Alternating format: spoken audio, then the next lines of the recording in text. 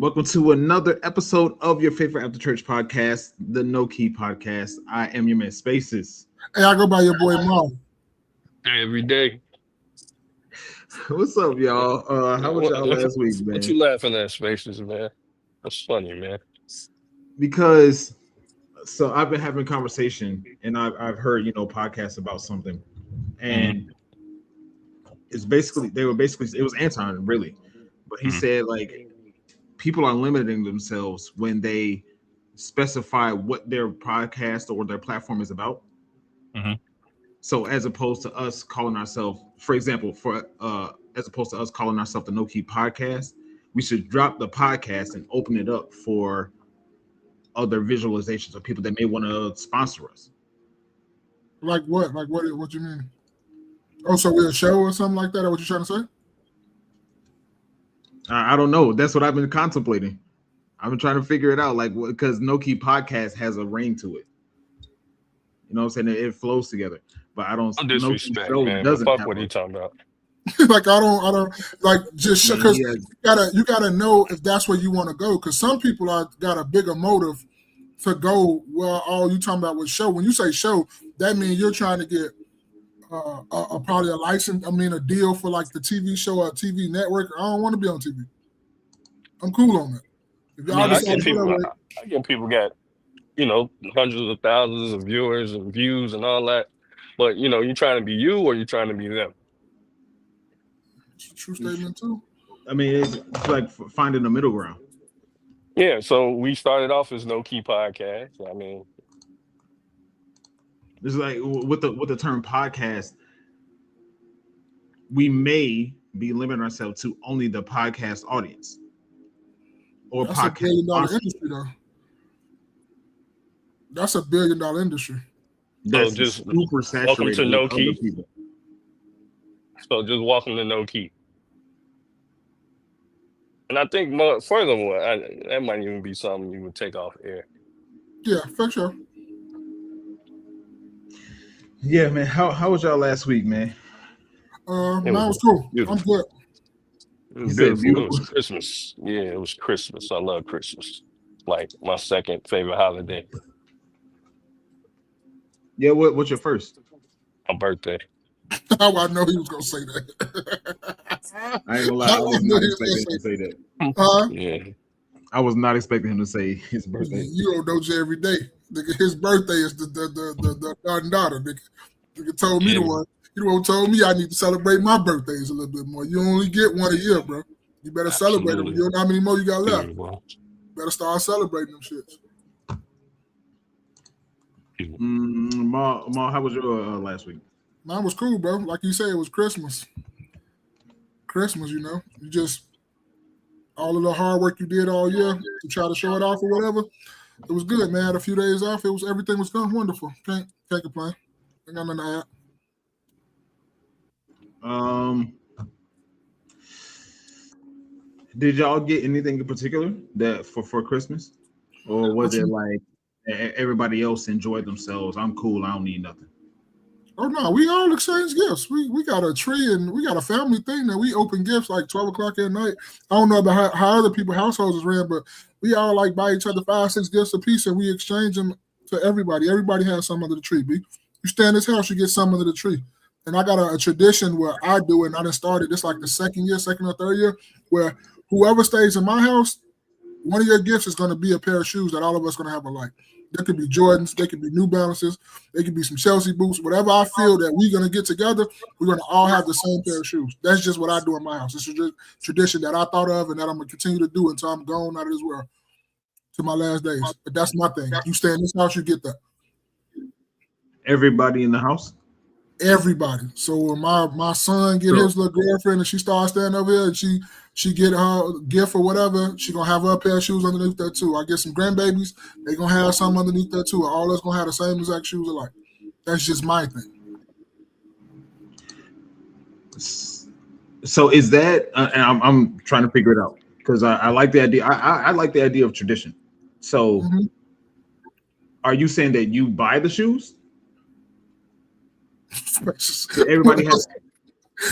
Everybody had the same shoes. So are you telling everybody, all right, these are the shoes that we're getting? Y'all buy No, y'all I don't own? tell them nothing. They just know they coming. It's a surprise. When you open it, I wrap it up. When you open it, you don't know what shoes I done got.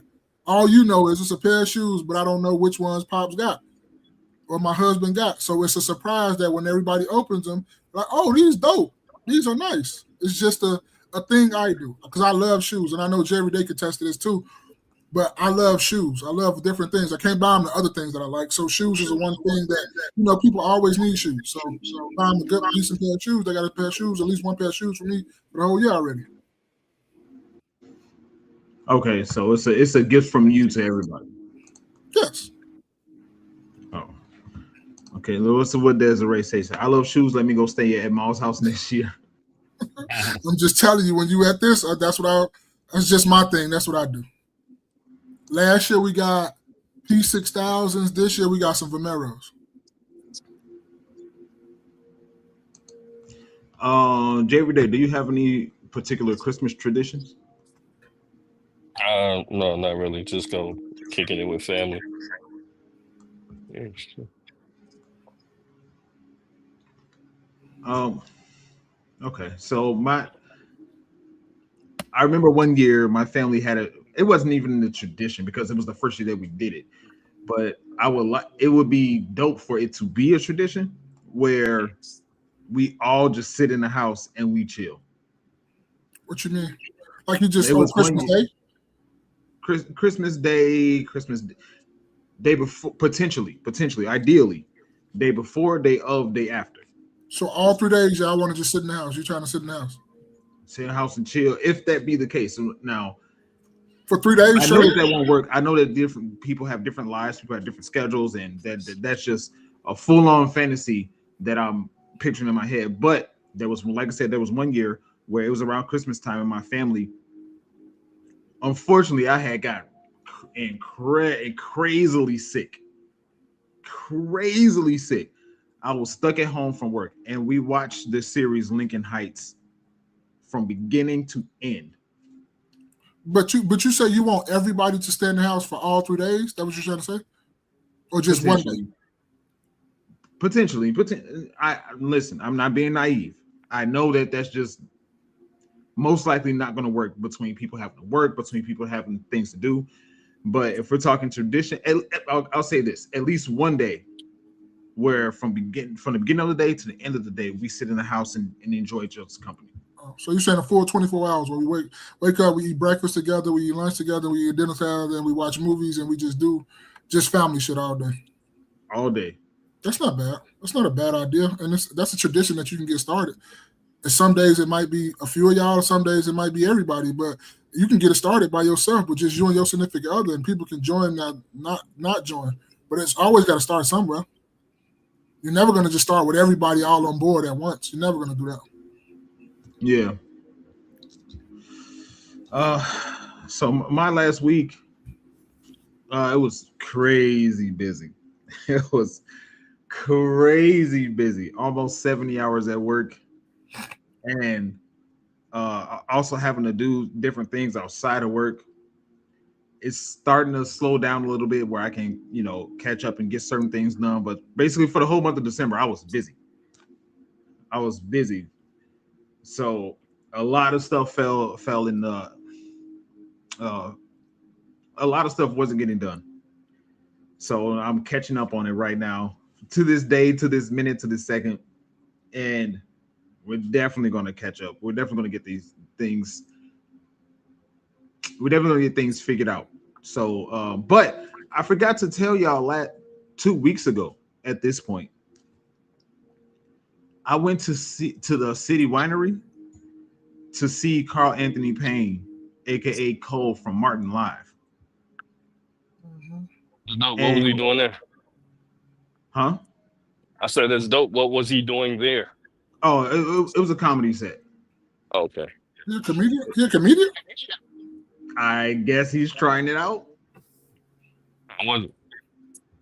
Hey, boy, the internet thinking everybody can do everything. Sometimes, bro, motherfucker need to be told you can't do that. And it ain't trying to hate on you. It ain't trying to do none of that. Some things, motherfucker just need to. And I'm not talking about him in particular. It's not about him. But it's just a lot of things where people be talking, oh, you can do anything. No, the fuck you can't. I would think he came from that kind of background, though. I mean, he was on the sitcom. Yeah. But I'm just talking about like in general, like when people be like, oh, you can just do no the fuck you can't. Like, bro, come on, we need to stop lying to people sometimes. Sometimes it's in your card, sometimes it's not. Because you can do whatever you put your mind to. But you can nothing beat a failure but a try though. Yeah, but you can try, and then sometimes you gotta know when it's time to give it up. Like this ain't for me though, too. I'm not saying don't try it, but we gotta be realistic, like it might not pan out. Yeah, for them, though. I think that's for each different individual of a person.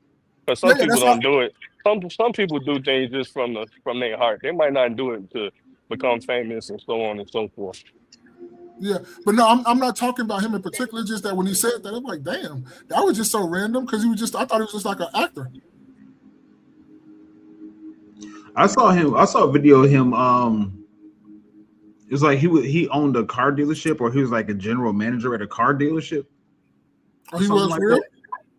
Yeah, and maybe I guess I should have pulled it up while I was thinking about it, but I don't know if I'll be able to find it at this point. But yeah, it was him talking about he was at the owner of a car dealership, and they were asking him like, how did you still look how you looked while you were on the show? How do you do that? And he said, the only way a shark dies is if it stops swimming. Some variation of that. A shark dies when it stops swimming. You got to keep moving. Is what is the overall sentiment of what he was saying. Mm-hmm. Because if you stop moving, then you die. But no, it was him, and he had Brubman from the Fifth Flow there as well. And it was another guy. I've seen him around the comedy scene. I've never really thought it was funny, but overall, I'll give it maybe a C- set. Minus because what do you say? C- is crazy. C-? That's crazy, man. That's not good. Hey, it's passing. Yeah, barely. C-, C+, I think they could have done better. I think like kind of like Ma was saying, like I think it needs to hone in on what it is that you're trying to do. I think there's an element of,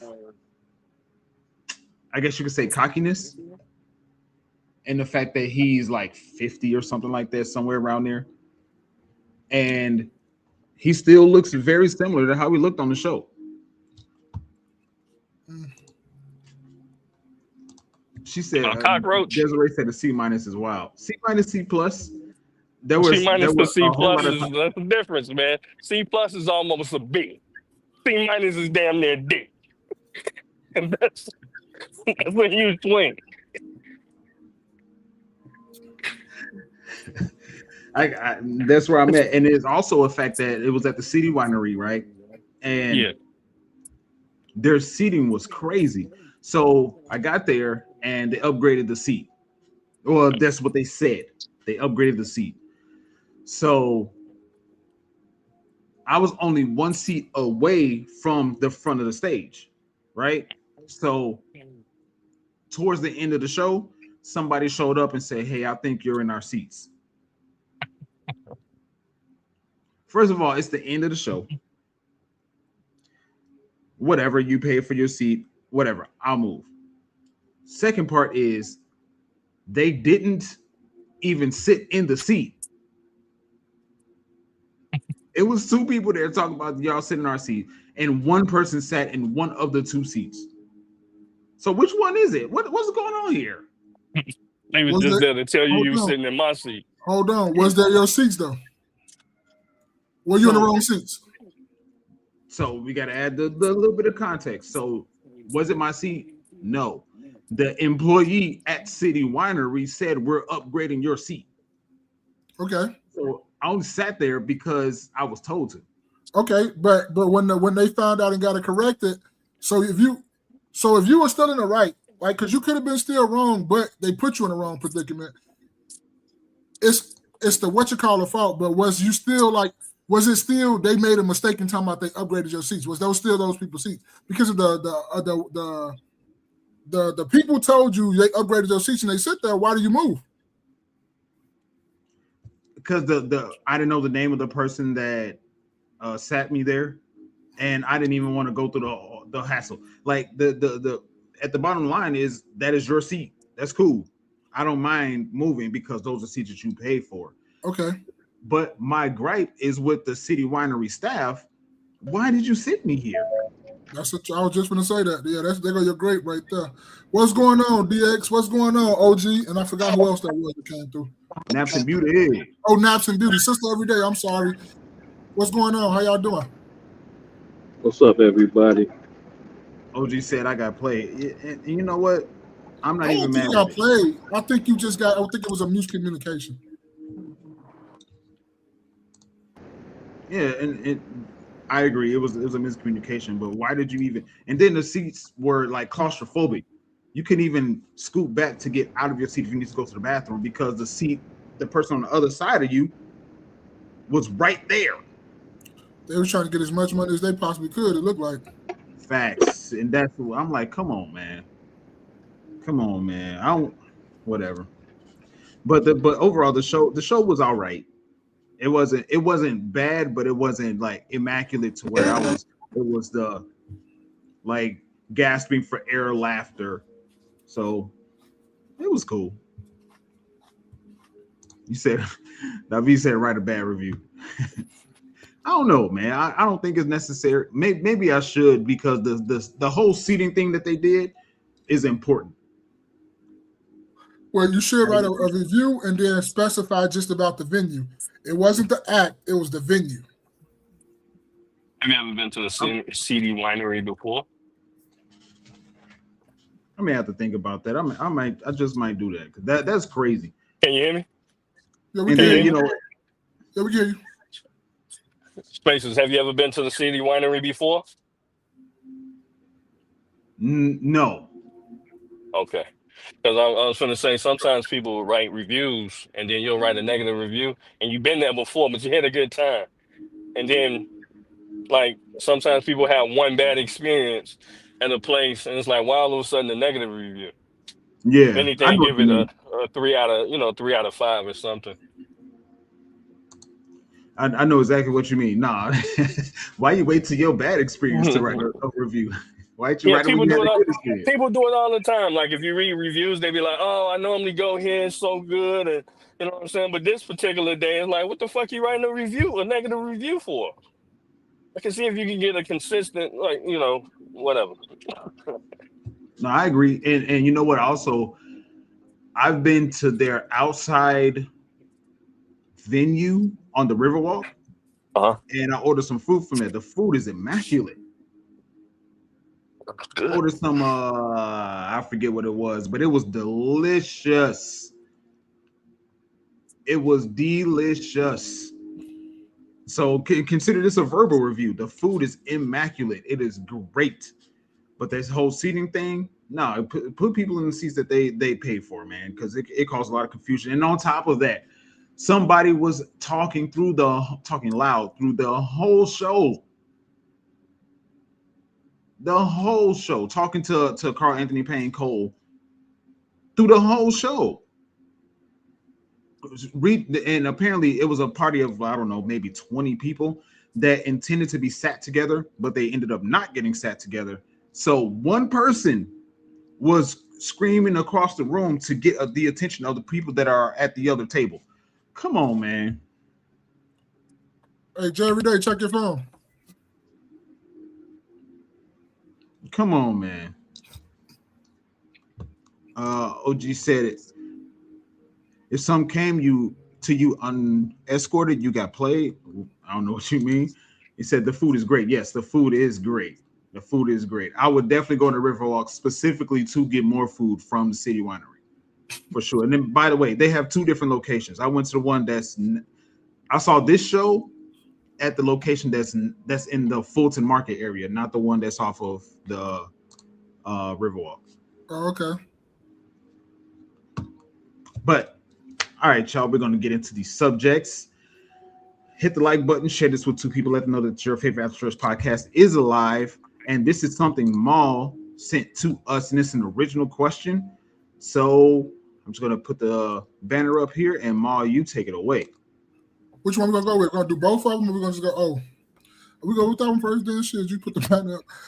It was just the original question. I got it from a podcast I've been listening to, Daily Wrap Up Crew.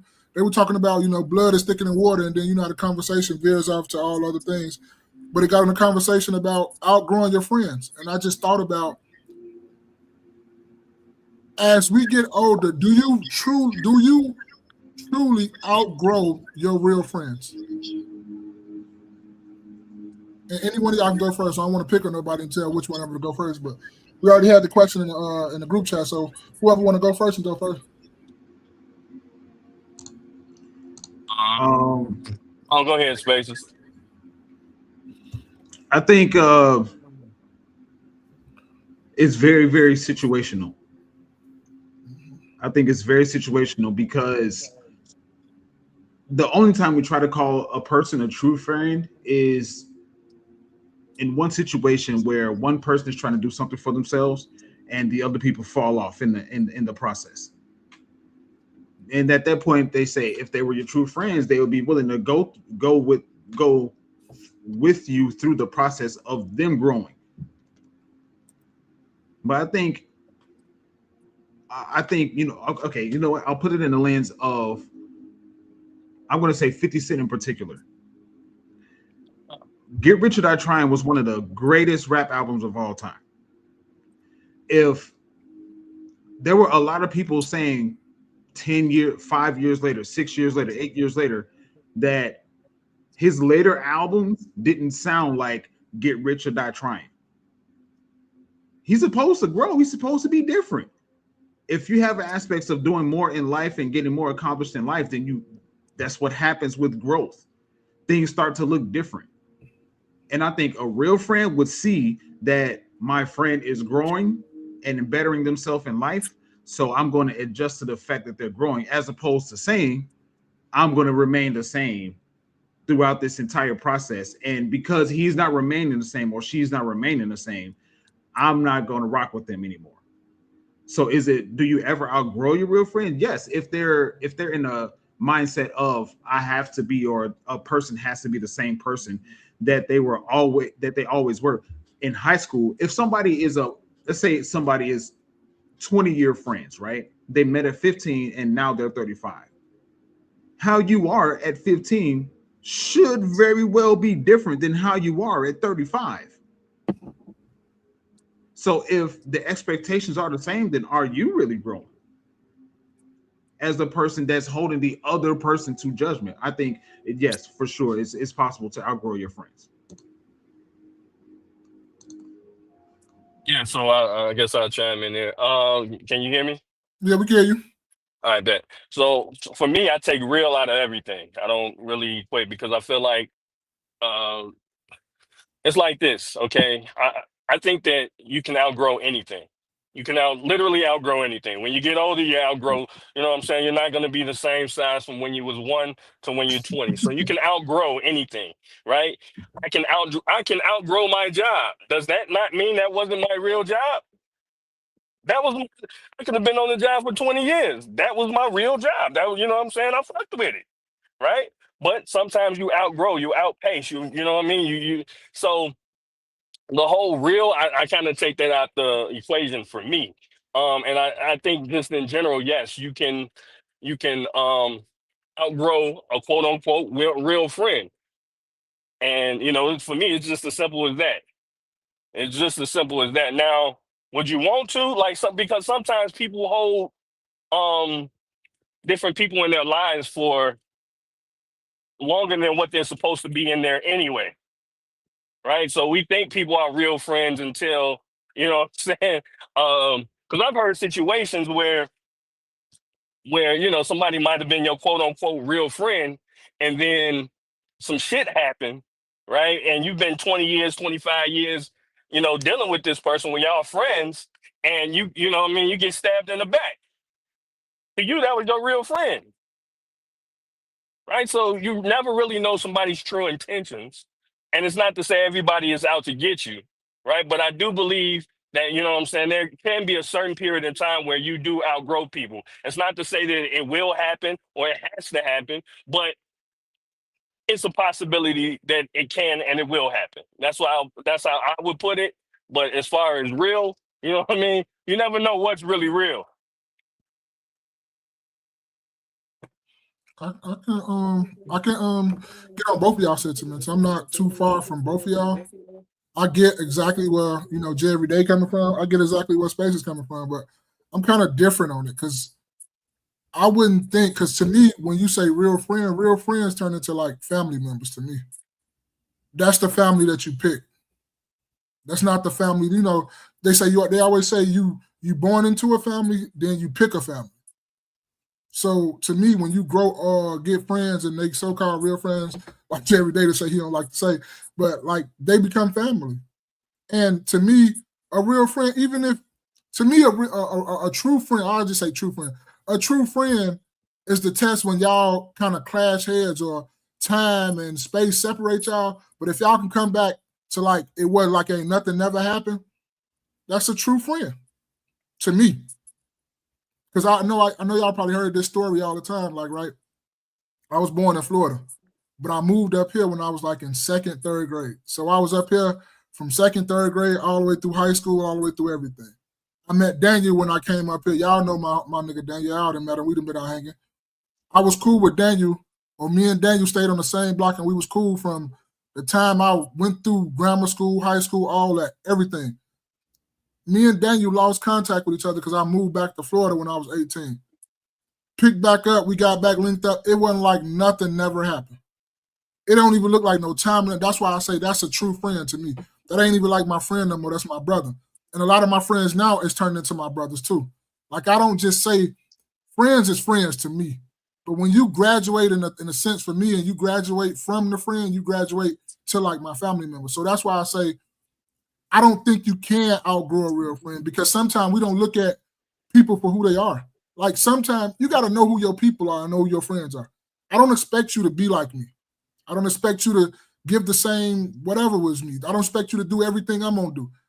Just as long as you, like Jay every day said, you don't backstab me in the back and you just ain't using me just to, you just ain't out here just using me. I can go over and beyond. I can do more because that's just who I am. I can't help who I am. If that's not who you are, I got to look at you for who you are. That's just not what you is. So I will say now I don't think you can because real friends is just like, to me, that's a different level. I don't take like some people be taking that for granted because I don't hang around everybody and I don't call everybody my friend. Nothing like that. That's one of I would call him like that's one of the guys, he cool as hell or whatever. But when I start getting you into friends and bro and all that territory, you really mean something to me. Like I don't take that lightly. Because everybody be around here just calling everybody their friends when they really associates and shit. You feel me? So I think we all in agreement at some point, but we're a little bit different at the same time. But I don't really think you can outgrow a real friend because you know your friend. Long as like, okay, so to me, I would say you would outgrow a friend is when y'all were younger. You went off, you got a job, but he's still out here sitting on the block trying to do things that you're not doing and you're not going to be around, period. Okay, I can understand that. That's you now you outgrowing him because his mind state is still the same like y'all on the block or something. So I can understand you outgrowing him then. But other words, you always kind of change. Your friends always kind of adapt and change to you. Because if you're doing something good, your friends like, no, I need to do that shit too. You're doing something positive, I need to do that too. Like, put me on, I need to do that too. Prime example, right? Prime example. I was in the cologne. Jay every day kind of put my cologne on another level because he was like coming around and he was teaching me about how you do the colognes and stuff, how they smells and the notes and stuff. Well, he just took me to another level with that. I don't be studying David, man. Let that nigga, man. I don't be studying David. I don't be studying David. Hey, you know what? But I say this though, right? Real quick. Like I think to a degree, I agree with you, right? You know what I'm saying? Like I'm saying that you're not trying to, I guess leave your friends behind. That's basically what I'm, basically True, trying true, trying to true. say. I'm not looking to outgrow. You know what I mean? Because if I grow, I want my friends to grow as well. So I'm not looking That's for you to outgrow you and leave you behind, or to be even better than you, right? But also, I mean, to what you were saying, if motherfuckers is just out there, they on the block dealing drugs and shit or whatever, we can never really, you know, and I'm doing something positive with my life and with my family and so on and so forth, I don't want to be associated around that. Now, if you facts. ever decide that you want to, what I mean, get away from that type of lifestyle and you wanted to, kind of be legit or whatever it is, you wanted, and then okay, cool, we can rekindle that friendship. So I'm not saying it can't be there, but what I'm also saying is like sometimes we hold on to people that our friends or family, even for that most. Because I know you said sometimes friends can boom go into family, but we also got to realize that family will stab you in the back, That's a fact. right? That's true. So being That's the true. family and stab you family and stab you in the back, friends will stab you in the back, and I just kind of look at it from that perspective. Sometimes it might seem a little dark. It's not to say I don't have friends. Y'all my friends, right? Um, No, nigga, and it's we not. brothers, bro. Well, yeah, you be brothers, but I'm just I saying ain't in the trying to do that shit, context, nigga. in the context of what we're talking about, right? Yeah, Um, but it's also reality of the situation is that humans are humans, and you can't put nothing that's a fact. past That's a nobody, fact. and That's a and fact. that's just the way that's how I look at things, right? So I'm not trying to say that again that you're trying to get rid of friends and shit like that. Nah, it's just that hey, people sometimes people go through shit in their life, and this completely changes who they are, and when they were a friend to you, right? And then shit, sometimes you gotta let folks go. So it Yeah. just is what it is, you know. Hey, boy, David be so jealous. You see him, boy? David be like a little jealous little brother. You hear him? You see him? Nah, I can't. I ain't looking at the He chat. What say, he talking about? He said that's my David say, brother. no, David say, no, nigga, that's my brother. Oh yeah. Hey, he been saying that for years. That boy funny. That's my brother though. That's my brother. Man, damn it. Yeah. That was But my yeah, David. I agree with you all on that though. Family and friends can stab you in the back. I'm not telling you to be naive out here because it's your friend. I'm just, and I always say that too. Humans gonna be humans, but you gotta know, you gotta know the Know people. your You gotta human. know them. You gotta know your people. Right. What happened there? He said, "No, you're human." Yeah, Know you gotta your know. human. Yeah, you gotta know humans. You feel me? You gotta know humans. Like people are all. We are not all. What you call them? We're flawed.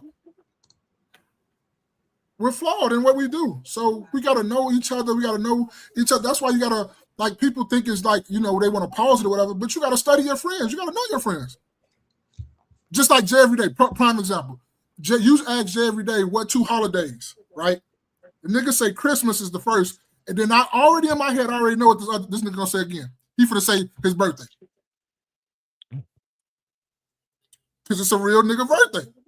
You feel me? He gonna do the. I just know him.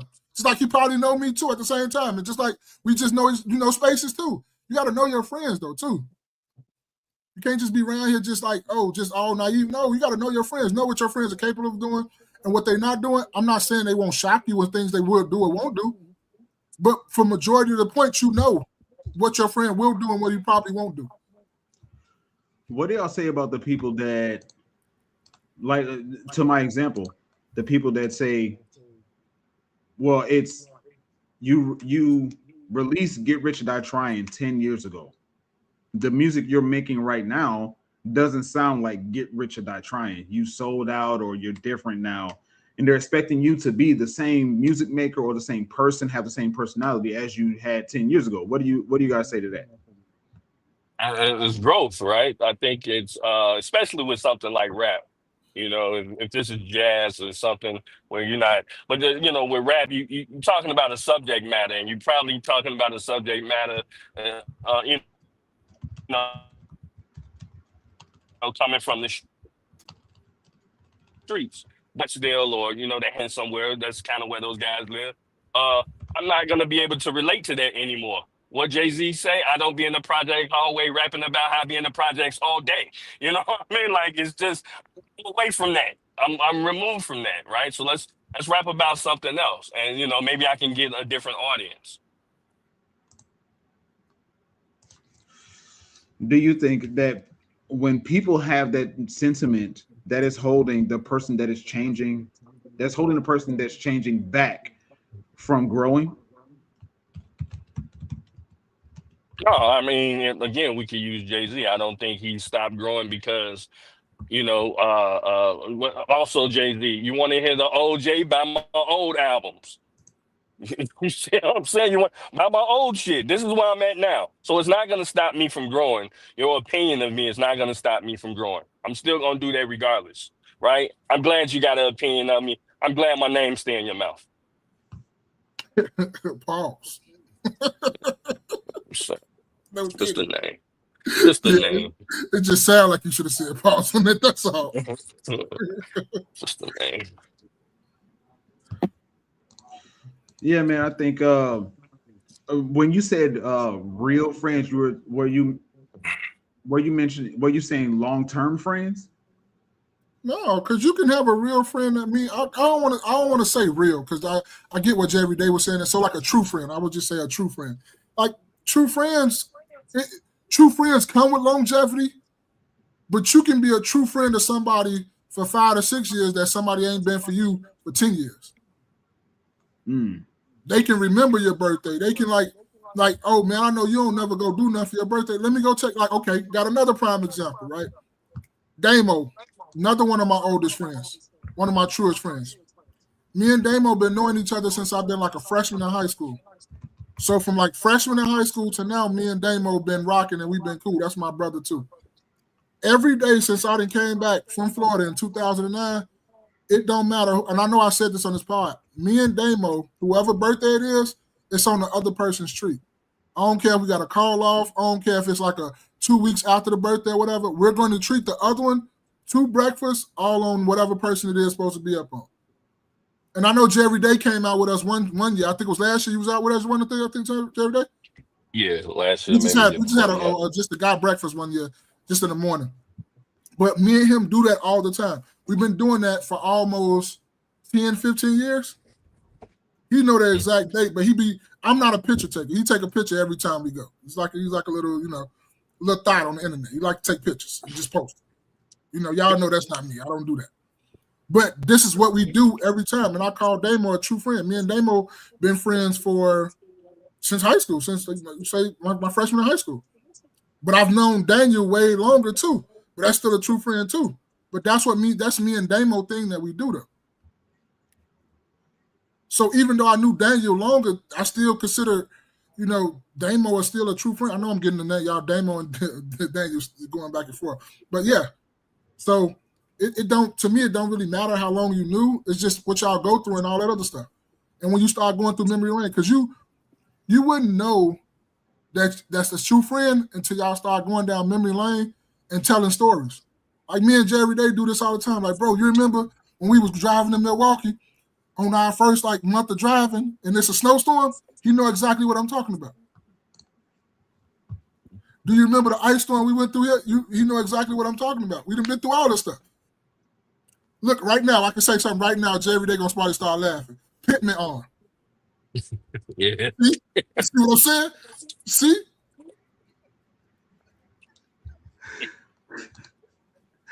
Look, man, that's why you don't ignore that. This is why you ignore DXP. He just got back. He needs some attention. He had the fellas' attention in a while. He been gone. Bro, me and him have the same birthday, right? Yeah, y'all birthday twins. Yeah, so I purposefully, I don't talk like this, but I purposefully, when we met up at the lounge last week, I said, it was good, twin. He was like, oh man. Yeah, he know. I was going, hey, y'all, yeah, he know. I purposefully called him twin. I don't talk like that. Oh man, but yeah, I think when it comes, I think the overall, we can get some closing remarks on this. Move on to the next thing. Do you ever outgrow your true friends? Maybe not, but it only time exposes who the people that are your true friends and who aren't. And you only need 2 or 3 true friends anyway. The absolute majority of people that come in your life that may seem like they're your friend or somebody that you want to keep around will not be around for the long term. So I guess to the context of the question, do you ever outgrow your true friends? No. Or you because true friends know that you have to grow, that you have to be a Huh? Oh, mute your mic, man. Me?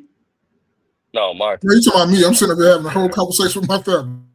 Oh, but yeah, no.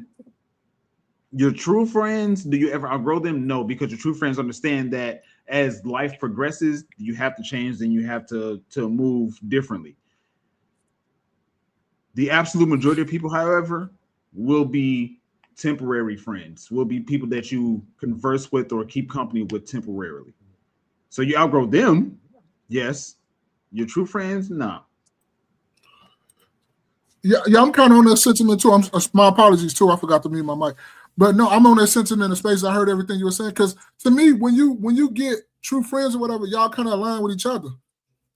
And if y'all don't align with each other, they had enough influence on you and enough, doing and being on their business that you come along too. Like I know we didn't all influence each other in some type of way because we're on the right path. We're not out here on no bullshit. So we do things and the way we move and stuff, you're like, okay, I need to be moving like that. That's how I want to be moving. That's how a true adult move. Oh, I shouldn't be wearing this no more. I should be wearing that. I should be doing this now. I should be saving more money this. I should be investing more this. All these things come and coexist with the relationships you have with true friends. So that stuff start coming into play in your play too. So real friends or true friends influence you though. And that's how you know that's a true friend because they're trying to elevate you. They don't want to see you the same. They want to make you go to the next level. Facts. Jay, you got closing remarks? Move on to the next thing. No. I agree with both of what y'all said. I think true friends are, pretty much gonna stand the test of time. So that's that.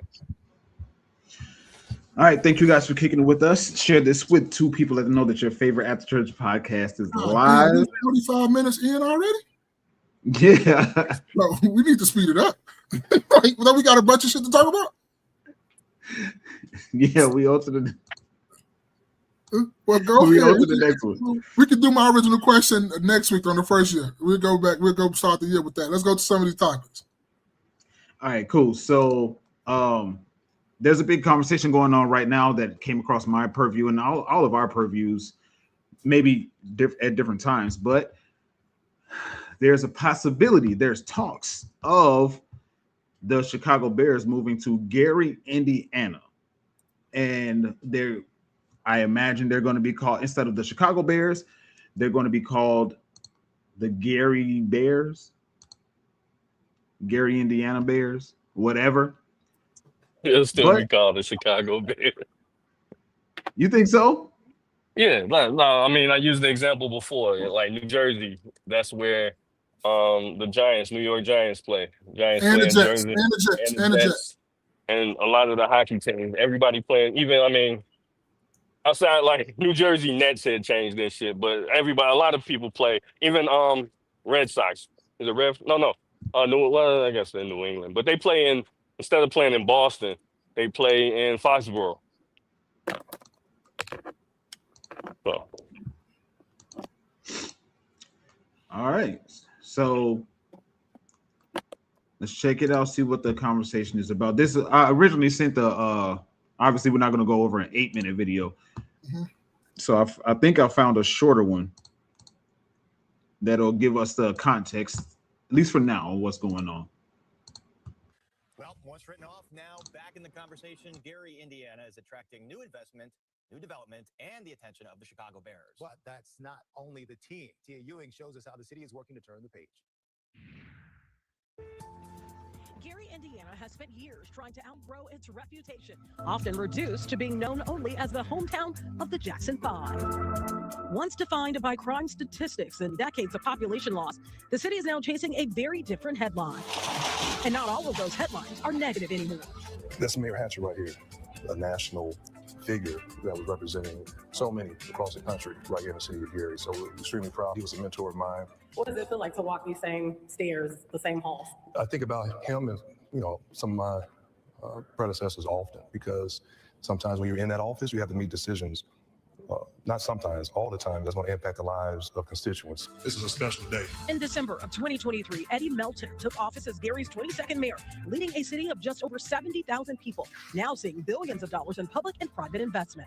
We're putting $100 billion convention center next to the Hard Rock Casino. Major employers like U.S. Steel, FedEx, and Indiana Sugars are expanding, bringing nearly 2,000 full-time jobs over the next few years. And now a surprising possibility. The Chicago Bears are considering Northwest Indiana as a future home. Growing up, did anybody in your household say, yeah, go Colts? Never. Right. That's what I'm saying. Never. No disrespect to the Colts. I know some of the family and some of the owners. So just a tradition. Think about it. I grew up in the 90s. We spent the morning and afternoon in a city where Bears fandom already runs deep. Being a former state senator, knowing the tools and the resources that the state of Indiana has already have in place to incentivize relocation, to incentivize workforce training and scaling folks up to be prepared for any high wage, high demand jobs. That's something that we've already been doing for at least the last decade or so. But the tax incentives, the tax advantage of relocating from Illinois to places like Gary or Northwest Indiana or the state of Indiana is unique. Sitting next to me, the now mayor, former state senator, born and raised in Gary, now raising his own family in the city he's helping to reshape. It's a lot of NFL teams, NBA teams use our airport to come to Chicago. A lot of corporations is downtown use the Gary Chicago International Airport as well. The Gary Chicago International Airport already serves private and cargo flights. City leaders say the goal is to attract a commercial airline to the newly rehabilitated facility, whether or not the Bears ultimately land here. We probably have one of the longest runways in the Chicagoland area. With all of the growth happening in Gary, more housing is being developed and more resources are being built for families. This space over here is going to be great. This is the Tolleson Opportunity Campus, home to Crossroads, YMCA, the Boys and Girls Clubs of Greater Northwest Indiana, and Methodist hospitals. Inside, an aquatic center, an e-gym, and community health services. Use some of our federal funding. This is about a $40 to $50 million project. Indiana lawmakers say lower taxes and pro-business policies are putting the state in play, and the Bears aren't the only ones eyeing Gary. But we've had some other non-traditional sports. I believe a National Cricket League franchise that was looking to come here because they knew about the entertainment corridor that we're building next to the Hard Rock Casino. So, yeah, there's a lot of folks have been inquiring about Gary and our proximity to Chicagoland area. Tia Ewing, Fox Chicago.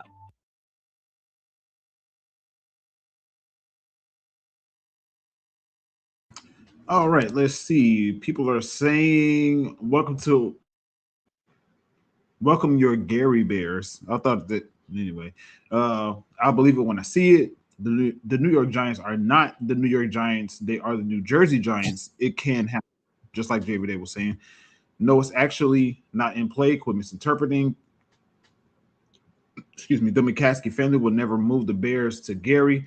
This is just a negotiating tactic to light a fire under Arlington Heights and the state of Illinois. I think I agree with that one. Sure, Kevin Shore. What a prank. Okay. General sentiments about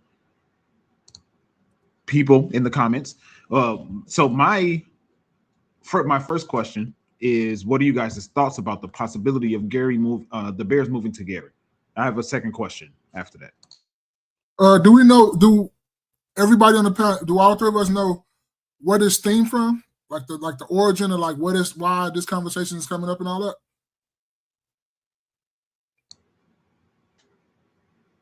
No, Can't hear you, muted. I say, yeah, I do. Yeah, I mean, they always go through this. Okay, what about you, Spaces? I'm not sure. Not sure. It's kind of stemming from it's just the taxes and stuff, and it's about they want the city to pay for majority of this, and the city already kind of paid for a lot of the renovations that Soldier Field has right now. They still owe $60 million or something like that, Jerry Day? Yeah. It's something ridiculous that the city still owes for the renovation. So they want to take that on top of put more burden on the taxpayers and all that stuff. But then the billionaires get all the profits in the season. That's just what happened with Kansas City. The Kansas City Chiefs, they moving exactly to Kansas because Kansas gave them a better deal than Kansas City gave them. The same thing just happened. And it's trying to get what stadiums are football stadiums especially, they're trying to get domes so they can get revenue all year long. So now you can get concerts, you get other venues and stuff like that, because in the wintertime, the stadium is empty most of the time. After the Bears get through with their last game, if they ain't got no Super Bowl or nothing like that in January, that building stays empty all the way until their first home game in September or October, whatever that is. They could have hit them. We talked about it. Down, Oh, my bad. I don't know what I'm doing. Man, I'm not gonna. I'm over there tapping on what's your face. But I don't know what I'm doing. But we talked about this before. Like, they could have built a dome on top of that, and I don't see the issue with them building another dome. Like, you know what I mean? What's the problem with putting the top on there? Yeah, but to me too, like, people don't know. The Soldier Field is iconic because it's right there off the lake. It's off Lakeshore. All that good. That's like good stuff right there. What? You know you're rich when you got your card in hand for no reason. You forget that it's in your hand. I wouldn't say I'm rich. We good at it. We good at it. We good. But it's just that Chicago, the Soldier Field is a prime thing. Now, if they do move it, like you say, to there, it's about money. And I was just talking to someone over the phone about, if I was a billionaire and I really wanted to invest in something, I would invest in Gary. Gary is right there off the border of Chicago, Illinois. I mean, not Chicago, but Illinois and Indiana border. It's not too far from Chicago where people can still come to Chicago to do what they do, but you in Indiana with all the taxes and all the low cost of everything. Mm-hmm. So if I was a billionaire, and if you ride through Gary, you see like all them abandoned, that's prime real estate for whoever want to just get some shit cracking and build a neighborhood. Like, real talk. And the stadium there ain't gonna do nothing but boost the shit out of Gary. It's Gary got other shit to worry about, though, to be honest, man. I happened to have to detour through there yesterday. First of all, for every stoplight on Ridge, they, instead of stoplight fixing the stoplights, they put up stop signs. You see what I'm saying? Instead of fixing the stoplight, they put up stop signs. Gary got a lot of work. I mean, I get it. You could go to any town USA and hit a deal, though, right? You can probably go to Harvey and put the stadium in fucking Harvey. You see what I'm saying? Right. You looking like that. Been to Gary, though, right? Yeah. Gary way worse than Harvey. You're right. But Harvey just sound worse. No, hell no. Gary is worse all day long. When I hear Harvey, it sound worse to me than Gary. Really? Shit. Yeah. When I hear Gary, nigga, I run. Run. But yeah, I think it's just a money pool of them trying to get the city to fork up some more cash for the stadium and stuff like that. Like, I'm still thinking they're going to Arlington Heights, though, to be honest with you. But the residents is really pushing back to that. They don't want that over there. They don't want all that noise. They don't want all that traffic. They don't want none of that shit, because they know when you build that dome is like going to be operational all year round. Right. So. And then you got to realize the traffic as far as, going to Gary. 80, 90, all that shit is already packed, right? And without football traffic. You know what I mean? Like, it's you have accidents daily on there, right? So I just don't think it'd be a good idea to move to Gary. Gary, to me, has to, like, the only thing Gary does have going for itself, it does have a airport. You know, I'm not sure if it's called Gary International, but it does have an airport. So that is a plus for it. But as far as that, like, and I hope to see Gary, for the comeback. But, trying to focus on, putting all your eggs in one basket, thinking about this football team, y'all got other things to really be worrying about. Y'all definitely failed the city of Gary. Yeah, because they sitting up here just because it was a conversation. They thinking it's gonna happen. No, there's just a conversation to get you. You don't know this business 101. You start. He said a cricket team or a lacrosse team or something. Well, this is not that. This is the NFL. Motherfucker, you know how they throw their spaghetti against the wall to see if it's done or something. That's what the Bears ownership did. They threw some spaghetti against the wall to see if it's done. To try to see what can we stir up real quick to get these boys in Chicago to move their thing. Because Chicago is one of them blue-collar cities where it's like they're going to be pissed off if they got to drive to motherfucking Gary, Indiana to go watch the Bears play. It is, yeah. Because you got people who live Many people. How does it benefit somebody who lives in the north or west suburbs to go all the way out to Gary? That's a All right, it's fact. one thing to go That's an hour. downtown, and That's an hour and some right. change drive. We can't take a train there, right? You can't. I mean, you can't do none of that. I mean, you might be able to take a. I think it might be a train that runs, but it's not probably available like that. I mean, there's going to be a lot of different infrastructure things that they're going to have to do. They got to tighten up the Bishop Ford. The Bishop Ford is atrocious, right? So now you're depending on Illinois to do something. The Bishop Ford is terrible. You fuck around and lose a tire riding around on the Bishop Ford. You know, He said atrocious. atrocious, bro. Atrocious. So you guys already started to get on. I said one question, but it's kind of two questions that coincide with each other. What do you think that means for the city of Gary, which you already talked about?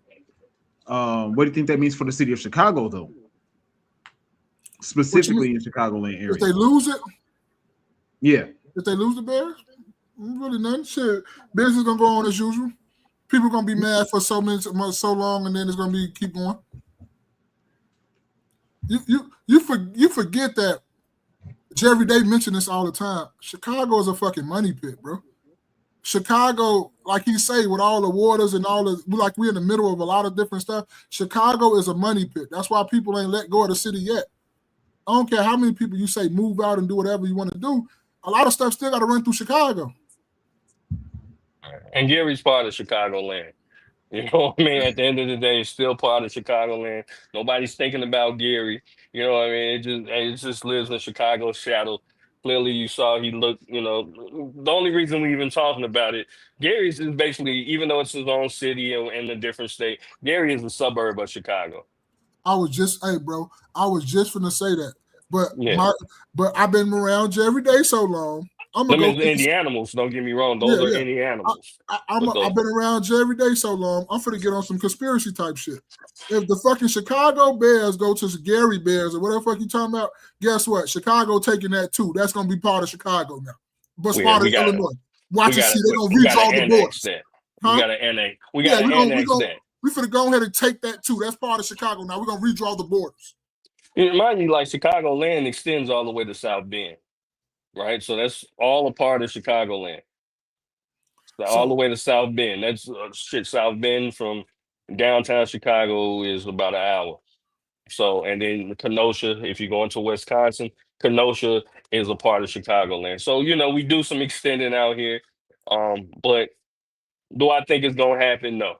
I think that's going to be up to the state of Indiana to produce some help Gary get back on track. They removed all the jobs. They sent a lot of those. This is why Gary is in the predicament that it was the once in. Not sure if you guys are familiar with the history of Gary, but Gary was and still kind of a steel mill town. Right. So this is why that's what Michael Jackson's father and stuff. My grandfather worked out there.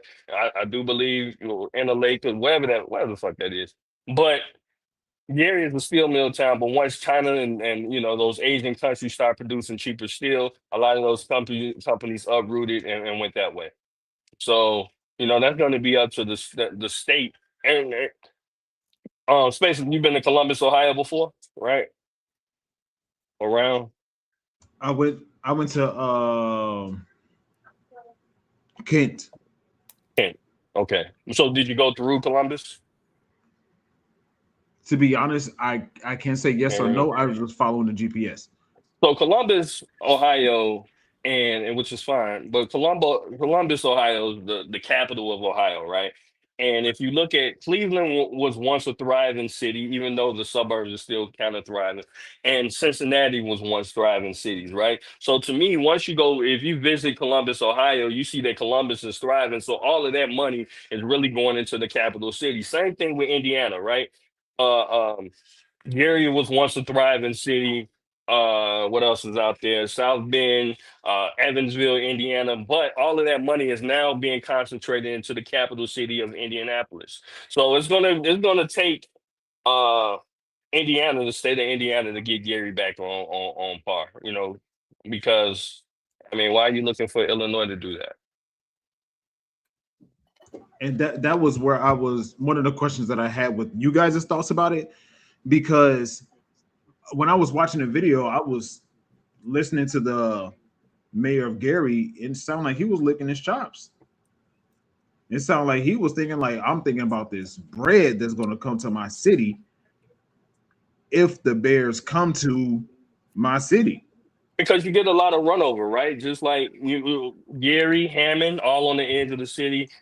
Pretty sure we got people who've been to Hammond, Indiana, for some gas, right? People used to, especially back in the day, they go to they'll run to Hammond for some gas, they'll run to Hammond for some cigarettes, right? Because you don't have to get hit with those taxes, right? So now they've opened up the Hard Rock Casino. I've been out there. I'm not sure if you guys been out there, but so if you notice, a lot of the casinos in the Indiana are on kind of the Illinois border. So you're gonna get that kind of that runoff of people from Illinois going over there, and I guess they're you know they they're expecting some type of money from that. You know, they've Do you seen it think? work. Go ahead. I'm sorry. No, I'm just saying that I guess they've seen it work is basically what I'm saying. They see that Illinois, we come over, spend some money over there, and we come back home. I think that's a contribution to it, but I don't think that's what the mayor is thinking. I think all the mayor is thinking about is there is an incredible amount of money that is going to be, fixed into the our economy as Indianans, and Animals, we'll as figure out Indianimals. Indianimals. I'm sorry, you're right. Yeah. As Indianimals, and we'll figure out all the particulars afterwards. We'll figure out the traffic.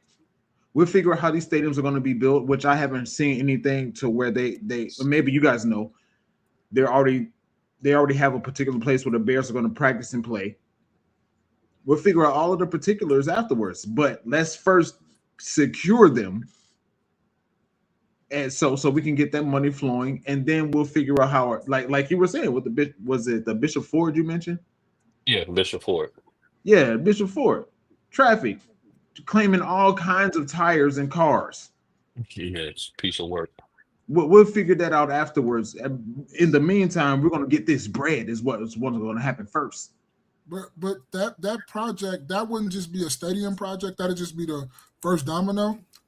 That'll be almost in the upwards of 100, damn near probably like a, bro, that'll be a major project because you got to do with the hotels. You're going to need around a thing. You're going to need around, like, restaurants going to have to come back and be around there too for people to eat. It's going to be a whole slew of things that's going to come, and that's going to cost like a lot of bread. And I'm talking about, I don't know, maybe I might be over exaggerating, but we talking about a couple, like maybe $10-20 billion that they're gonna have to flood in there to get all this stuff right with the E-way, like Jerry Day said, with the hotels, with people to stay, with nice restaurants around the stadium and all that stuff. You got to boost up where the stadium going to be at. It can't be no rundown houses or nothing over there. You're going to have to build them up and everything too. The property value, there's going to be a lot of bread that they're going to have to pour into that to get that how they wanted to get it. Then you're expecting the state of Indiana to chip in, right? So Yep. you gotta also remember Indiana has its own football team, right? They got the Colts. The Colts, right? Right. Yep. So you got right in the middle of downtown. Right. So if anything, hell, you might even get the NFL to say hell no. Yeah. Because the NFL got to approve it too. Yeah. Be on board too. When I first came across this whole story, the first thing that came to my mind is as one of the main reasons for this is taxes. It's That was about my bread. main, huh? About money. It's always about money. Oh yeah, yeah, and I don't. It was the question of what money in particular, and I think more than anything, it's about taxes, especially with the way taxes are going with Chicago residents and Chicago businesses. It gets to a point where people start to say, like, all right, you know what, I'm gonna have to look at other options for us to continue to do business.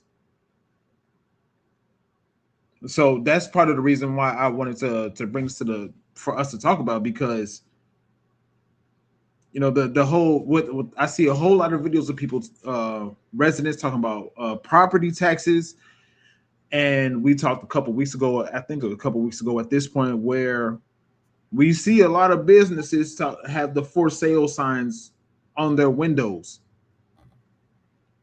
So I think it's more. I think the idea of the Bears moving more than anything else is taxes.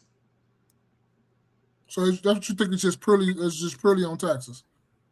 More than not purely, no, more than anything else though. Yeah. No, I think the Bears are moving solely because they want the people to pay more than what they want to pay. Okay. This is, and if you've been following the story, it is about the city of Chicago or the state of Illinois, the city of Chicago, to pay more money when they're like, no, we just did the renovations. We're not kicking in that. That's why they moved to Arlington Heights in the first place, because they were going to do this shit all probably funded, all probably everything. But then I guess they probably didn't raise enough money. I don't know what happened, but the city of Chicago don't want to pitch in no money, and the state of Illinois don't want to pitch in no money. This is what this is about. I understand you want to say taxes and all that. That's cool. But this really, to me, is about the state of Illinois not want to chip in and help but build the stadium and pay for the stadium. What stadium? And this is a genuine question. Oh, real quick. Cultivate, I'm mad at you. Cultivate, what's happening? Cultivate, what you happened? didn't DM me so I can see your link. Because I listened to Animal Farm this week. Well, I listened to about 75% of it. You didn't DM me. But you said it's about building the stadium. What stadium? Because in Chicago, the Bears already have stadiums. They trying to build it. That's what. So you don't know. I'm not trying to be smart. You don't know everything that's going on. They trying to get a new stadium. They were supposed to go to Arlington Heights at first. I heard about that. Yeah. Okay, so the state of Illinois was going to have to help pay for the stadium. That's what this is about. It's about them helping pay for the stadium that they don't want to chip in. They want the whole Chicago Bears to fund their own shit. That's what it's always about all these stadiums. It's never about no taxes. It's about the state helping pitching in and help funding the stadium. Most stadiums are built with taxpayers' money. 50, 60% of the taxpayers' money. Yeah, I knew that there was conversation about the Bears going to Arlington Heights. Yeah. And I don't think maybe this is where we're coming from different angles. I knew that I didn't know that there was not a stadium already in Arlington Heights, like already built. No, they're going to they're looking to build a brand new Chicago Bears stadium. They're just looking for a location. But they don't want to fund it themselves. They want help from the state that they're going to build it in, or the city that they're going to build it in. Am I wrong? Am I tripping? I don't know. Like, I don't you know this. I don't know if everybody. Say it again. No, I'm saying, because we were going back and forth, because Spaces keeps saying it's about the taxes, and I'm like, it's not about the taxes. It's about the state helping fund the building of the stadium. That's what the conversation is about. That's what all these conversations is back and forth, is because they want the city of Chicago and the state to help build the stadium, when the state is like, and the city is like, no, we're not helping. We just did the renovations to the old stadium. Yeah. The renovation from the old stadium isn't, maybe it might be approaching 20 years old, but it's not even that old. It's about having a dome, and like you said, having a dome on there that's gonna get them to be able to bid for the Super Bowl. That'll be able to get them some NCAA Final Fours and stuff like that. So they're trying to get some more revenue, and I understand, but I feel like you should have thought about that before, and the reason why I guess the Soldier Field isn't able to get the dome on it now, because it's on the National Historic Registry, right? So you would have to take it off of there, and then, so I'm not sure about that. But yeah, the dome isn't, or the stadium isn't built in Arlington Heights, no. But what I was saying though, because you ask your question, Spaces. Why do you think they are trying to move? I want to get your point to why do you think they're trying to build the stadium where they're trying to build it at, or whatever? What is your sole thing? What you think is why is it having trouble in trying to build it? I think the only way to make that argument make sense is if they're in negotiation with Gary, according to what you're saying, that means that Gary is potentially offering to pay for the Gary itself, not the Bears. Gary itself is offering to pay for the stadium to be built. Yeah. Where I know for specifically, how is Gary offering? Not to cut you off. How the fuck is Gary offering anything, nigga? You don't have no stoplights. I don't disagree with that, but I'm saying that they're in the negotiations though. They ain't got enough money for it. But from who? How do you explain? You're not even putting money into your own city. Now all of a sudden you got money for a stadium. You've been through Gary spaces. No. You understand? Go through Gary and then we can restart this conversation. You got to go through Gary. I'm not here to shit on people from Gary. You can go through Google Maps and ride around like that and you know what I'm saying, from the cloud if you want to. Gary's fucked up. Okay? So I couldn't imagine that Gary got any billions of dollars sitting around. Otherwise, why haven't you been trying to revitalize your own city with those billions? Gary's fucked up. So how are they then in the conversation to even begin to talk about the Bears moving to them? Prime example why we think this is just a conversation and they just pulling the chain. Because if the Bears absolutely go to Gary, Indiana, the Bears might gonna have to front this whole thing. They're gonna front the whole thing. For everything. And if you're gonna do that there, why you couldn't do that in Arlington Heights? You're gonna front the whole thing in Gary. I guarantee you. I guarantee you. You got to go through Gary to see what I'm talking about. Like Gary, nigga. But that's you been to Rockford spaces? You ever been to Rockford? Yeah. Okay, Rockford. How do you think Rockford looks? Okay. Would you live there? Would you live there? I haven't. I mean, I just seen it from the college standpoint with apartments and a lot of empty land. Oh, okay, then you ain't I'm talking about Rockford. But even then, I would say it's about 10 steps below Rockford. So you gotta Gary. Where does Gary has all this money? Gary's a town of about 70,000 people. Which right. So where is it that they're coming up with hundreds of millions, billions of dollars? And that's where I bring in the idea of Go tax them. The avoidance of taxes. And the reason why I say that is because I don't think it was Gary that I went to. It was a long time ago. But I was with some friends and went to a gas station, made a walking taco. For the people that are watching the playback, the walking taco, you get some Flaming Hots, you get some cheese, you get some ground beef, and you pour it all into a bag of Flaming Hots. You mix it all together with a spoon. You eat it with a spoon. At this particular gas station in Indiana, it was 99 cents. Me being from Indiana, me being from Illinois, I'm expecting the tax to factor into the price of this. They said it was 99 cents. So I'm getting out about $2 bills. I pay for it. They say I give them $2. They say, no, you only need $1. They give me a penny back. The whole idea behind tax avoidance is why a whole lot of rich people are rich. So that's why I say that it's a real big factor into why the Bears are moving, because I agree with you, JV, when you say that. What does Gary have whatever billions of dollars to offer the Bears to move to Gary?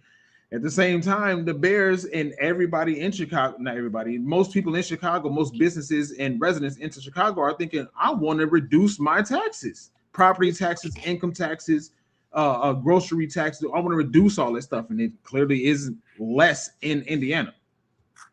You can reduce taxes all you want. Like at the end of the day, it's different services and stuff that people use. It's just like, you can't. Does Gary, Indiana have a county hospital that they could go to if they're, you know what I'm saying? If they don't have, the means or health insurance or stuff like that, or Northwest Indiana in general. I don't know, man. It's just, and I get it from a business standpoint. Yeah, you want to make as much money as you possibly can, right? But it's just also, um, and taxes, of course, is a big issue in general for anybody. But again, like Maul said, I think that the Bears themselves, they're going to end up footing most of that. And I couldn't even see Indiana, the state of Indiana, really getting behind, shelling out billions of dollars, given that they have their own football team, And competes with their own. and another thing too, you know how much taxes stadiums avoid. So it ain't about like we want to study something about. I don't think it has nothing to do with taxes whatsoever, because they avoid a lot of all these stadiums avoid a lot of taxes, bro. With the tax codes and all that stuff, they avoid a lot of taxes. So it ain't I don't think it got nothing to do with no taxes. That's just my personal opinion. Maybe if they open the books and they show me like, yeah, we pay this in taxes, maybe I can believe that. But I think this is solely because City of Chicago don't want to fork up no money to help build this stadium. That's what happens in all these stadiums. That's what always holds up these negotiations, is because of how much money the city or the state is going to pitch in to help build these stadiums. That's where it gets confusing to me, because I don't disagree with you, but at the same time, they already have stadiums. What are we like? What stadiums are they talking about playing? It's one team, and we got how many stadiums do we need for one particular team? They already have what stadium? Like, this Soldier is football, Field. so that's You all talking you about got Soldier is Field? Soldier. That's all you got is Soldier Field. What other stadium do you have? They are okay, so they already have Soldier Field. Okay. Why would they need another stadium in Arlington Heights? But they're not going to use Soldier Field anymore. They just want to move and use Arlington Heights Stadium Okay, for what reason? to play football. Okay, obviously to play football. I'm talking about from a financial standpoint. Because you weren't listening. Because they You wouldn't. weren't listening to what he said. They wouldn't mind to stay in Chicago. They want the Chicagoans to foot the bill. That's really it. They like foot your own fucking bill. But Like, this is okay. Let me ask a more direct question. Why not just have decrease the expenses in playing at Soldier Field as opposed to building a whole new stadium in Arlington Heights? Because they want to play. They want to get the Super Bowl or bid for a Super Bowl. Like he said, they want to be able to play year round. Because you have a dome. The issue is not having a roof on the motherfucker, basically. Right. So think about driving around on, what I'm saying, in a convertible. It's nice on nice days, right? When it starts raining and snowing, it's a problem. Right? So you can't drive that car year round is basically what he's saying. Okay. So it would be better you're saying what they're thinking is to build a whole new stadium in Gary or Arlington Heights with a dome, as opposed to putting a dome on Soldier Field. It wasn't even just about Soldier Field. They were talking about moving out of Soldier Field and moving kind of to a little south of that. So it's other options. They were still talking about moving into Chicago, and they just want a completely new stadium in general. Because they were just talking about moving where I think old Michael Reese is. So Michael Reese is off 31st, just east of King Drive. That's what they're talking about moving, and kind of creating a whole complex behind that, with bars and so on and so forth. Chicago's not getting behind it because, again, who's footing this? So OG said the Bears don't own Soldier Field; they pay rent. Now, that's a part of the conversation. Okay, let's just take that for granted. So, outside, let's just say, if the Bears don't play at Soldier Field, how much traction does Soldier Field get? They're gonna tear Soldier Field down. No, they can't. That's my point. They're not going to tear that. It's on a historic registry. Oh, okay then. Okay. That's my point. What you mean? Summerfield doesn't exist without the Bears. No, it's gonna remain because it's on the registry. It's a national right. It's on the site. It'll No. remain regardless. Okay. Let's You just saying it won't get any foot traffic? I'm no. pretty sure they'll figure out something for it. No. Let's go with his theory. You say they won't. I'm trying to get your point. You said that's your point. What is your point you're making about if they tear the stadium down? I don't get it. And this is where I was gonna. I purposefully didn't say this. Snaps and Beauty hit it for me. It's another concert venue too. We said that, bro. You've not been listening this whole conversation, brother. I promise you haven't. You have not, bro. I don't want to argue with you. You have not, because we said that. We said they're trying to get the Super Bowl and other venues with the dome closed stadium. We've been saying that this whole time. Have we not, Jerry Day? Yeah, I was saying so they can have it more year round, right? The Final Four, Super Bowl. Like, I mean, to me, Super Bowl comes and goes, right? It's other teams that are gonna have the, when was the last time Detroit had? I use Detroit because they're in the cold city. When was the last time Detroit had a Super Bowl? That shit was like a couple years. It ain't been too long. Right, ago. a couple years. Ain't too long ago, but they ain't gonna get it anytime soon either. No, they're not. Because other teams is gonna get that, right? So, but you do have Final Fours and stuff like that, and whatever else comes with it. I don't know. I just think that they should have thought about a dome before. No, but I don't want to feel like we jumping on spaces and nothing like that. But but this is what every NFL team has been doing. You got SoFi Stadium, you got the other state, you got the stadium in Los Angeles that they just built, where the Rams and the Chargers play. You got the stadium in Las Vegas that they just built, that the Las Vegas Raiders state that they play at too. They came from Oakland and they moved to Las Vegas, and they're trying to get the baseball team to come to Las Vegas too as well. You got Minnesota. They just built them like a not too long ago stadium like that. You got Dallas. Dallas used to play in Dallas, but now they play in Arlington Heights of Texas. So that's like 30, 40 minutes, if I'm not mistaken, outside of Dallas. They just built them another stadium out there too. So they build these stadiums so they can get all the venues and have, like we say, operation all year round. So it wouldn't be like the Bears stadium. After the Bears get through playing, if they got a game in January like they got to coming, and if they make the playoffs, they got a couple playoff games. After that stadium closes late January by my birthday, that stadium is not used again until the Bears come back in September. So that's just why these teams, even though the stadium is perfectly fine and they can keep using it, they wanted to get other venues. They want other revenue and they want other money to be operating these venues all the time. Like, say, for instance, like the Beyonce concert. Instead of them doing it in the summer, they can do it in the heart of the winter if they want to. It don't matter because it's a dome. You feel me? So, like you say that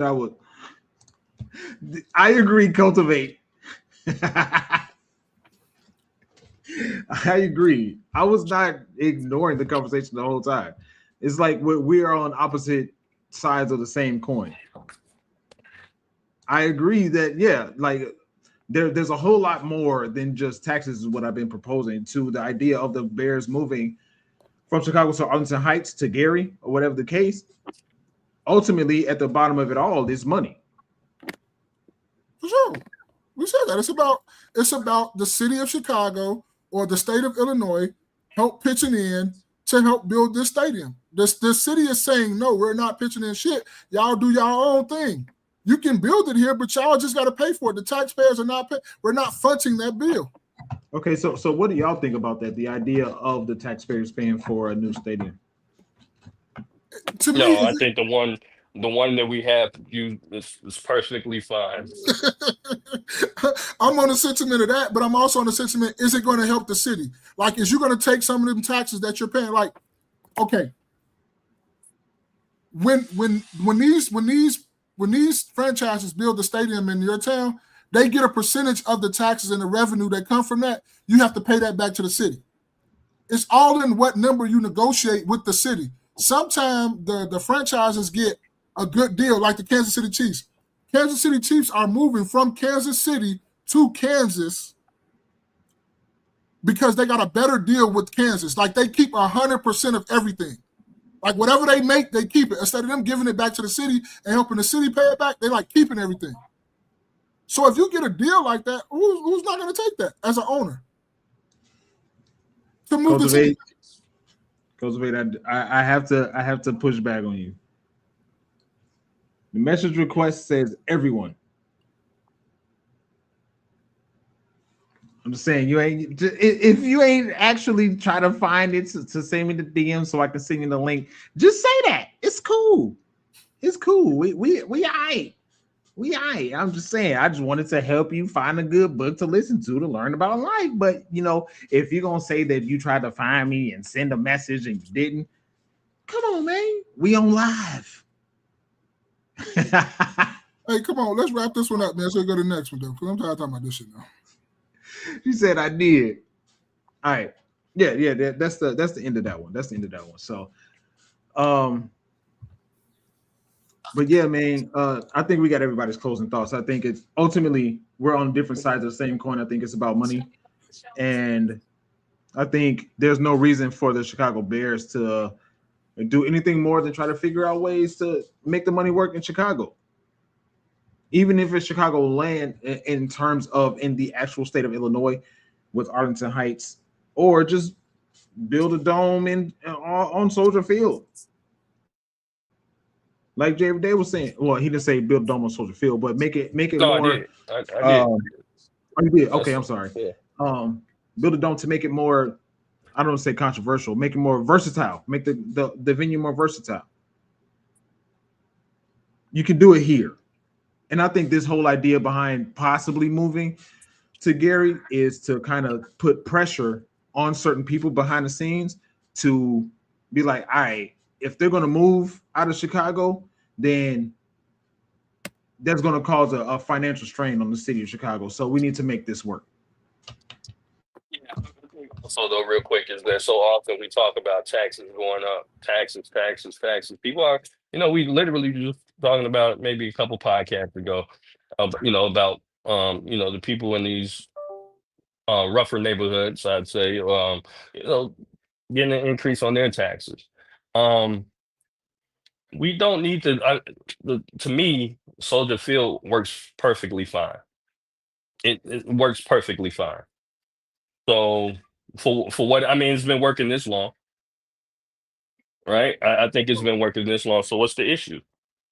And you want the other residents of Chicago you want residents of Chicago to put this bill, man. And I just don't think we need to. This isn't an expense that we should be trying to foot when you have something that works perfectly. And what your I'm sorry, Jerry. Go ahead. I'm gonna finish what you do. I know. I'm just gonna say people gonna come to the Bears game regardless.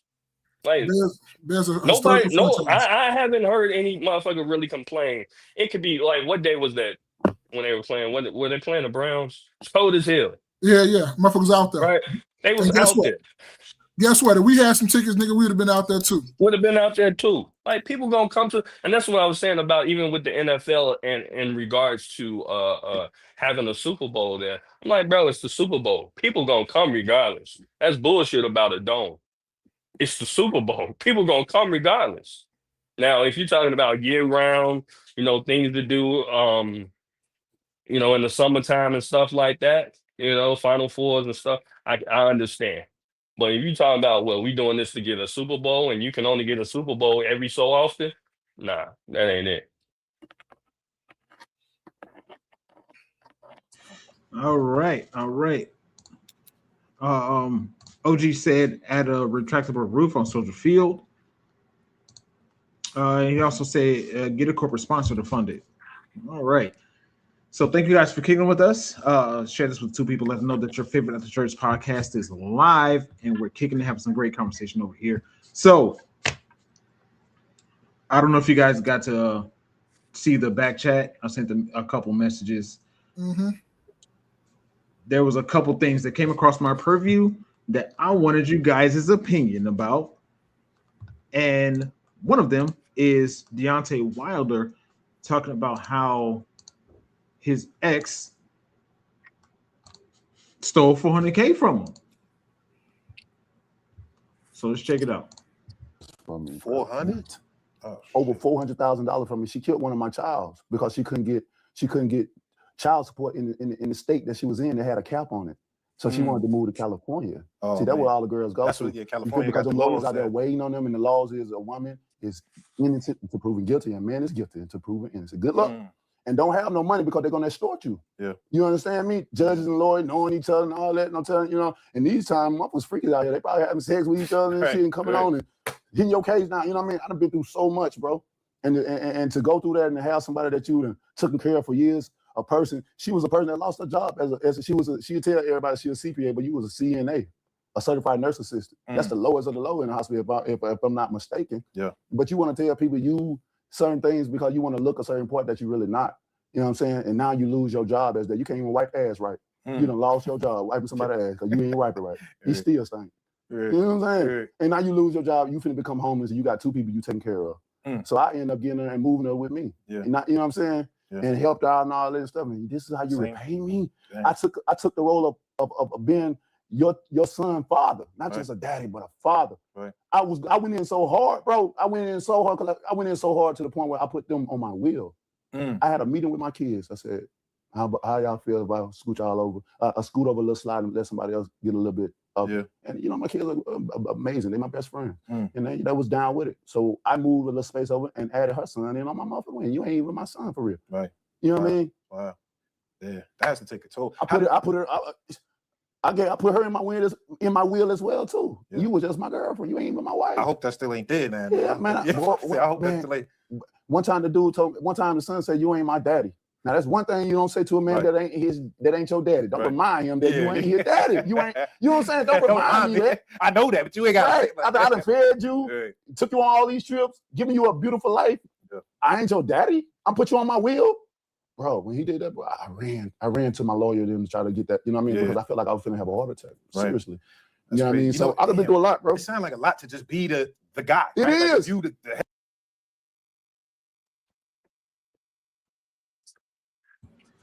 All right, so let me check out the comments. No. Let's not do the comments. Robert Let's not do the Eric. comments, Space.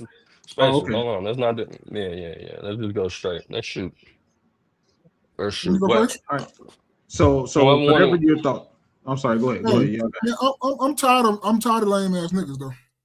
I really am. I'm tired of lame ass niggas because you pick. Like niggas be out here picking like the baddest bitch that didn't have all the surgery, all everything, and then you get mad at the consequences. You took on that role. Ain't nobody told you to do that. You did all that. Now you want to sit up here and say because he said this and he said that she stole 400,000. You done moved her in with this. You trying to be nice in this. You gotta take all that come with it, bro. So a lot of us done been played. Like I ain't for the self and cry about it. I gotta tighten up my game. But for you to sit up here and say all this stuff and sit up here and act bitter and all this shit, like, man, come on, man. Like, niggas need to get off the fucking internet telling all their fucking life. Like, I understand y'all, I know y'all might see it different. I know, whatever. But to me, it's like, it's some lame shit. Like, bro, you took on that because you really fuck with it. If you fuck with it, you fuck with it. You gotta take all that come along with it. You should never took it on. You should have said, no, I'm just gonna keep doing what I'm doing and keep it moving. I ain't finna I'm not finna do all that. You're not finna move with me. You're not finna do none of that. No, I'm cool. But I already told y'all this. If I was a millionaire and then you ain't come up with me, ain't no way the hell you getting on none of this. We gonna just be messing around. I'm gonna make sure you straight, but you're not finna get in on. You ain't getting in on none of this. I gotta know you. I gotta be vetted you for a long, long time for you to get in on this. But that's just my little sentiment on that. I think it's lame or whatever like that. People can say, oh, no, he didn't. No. You made a choice. Just like we tell women. You sit down and you make a choice, and then you get the wrong baby daddy, that's on you. But we don't tell the same thing to men when they sit around here and they pick wrong with these women. That's on him. That's his point. I'm good. So, allegedly, he already had 4 kids, and he was already married, and he left his wife to go with her. You know what I'm saying? Once he, you know what I'm saying, started making waves and getting money for real, he left his wife with behind. That's what he said, his 4 kids or whatever, and moving some over and letting the other her kid get in there, right? He already had 4 kids. How you gonna leave your wife? Because he's younger than us, right? Well, around our age. So I know you got some little ones. How you gonna leave your ex-wife with 4 kids to raise? And And go now you raise want to somebody come, else. and now you want to come all out. You know what I'm saying? You want to come all out because you got a new exotic bitch. You see what I mean?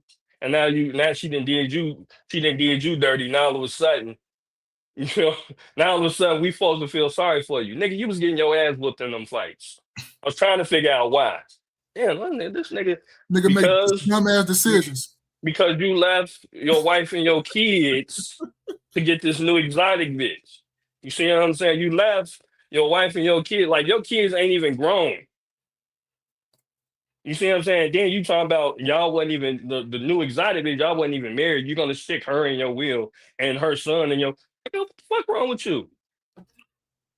Boy, you was slow. You was stupid. You know what I mean? And look, I feel like that's slow and that stupid talk. We're not finna feel sorry for you. Hopefully you got a new leash in life, or you know what I mean, or hopefully whatever you go back raising them kids with your ex-wife, right?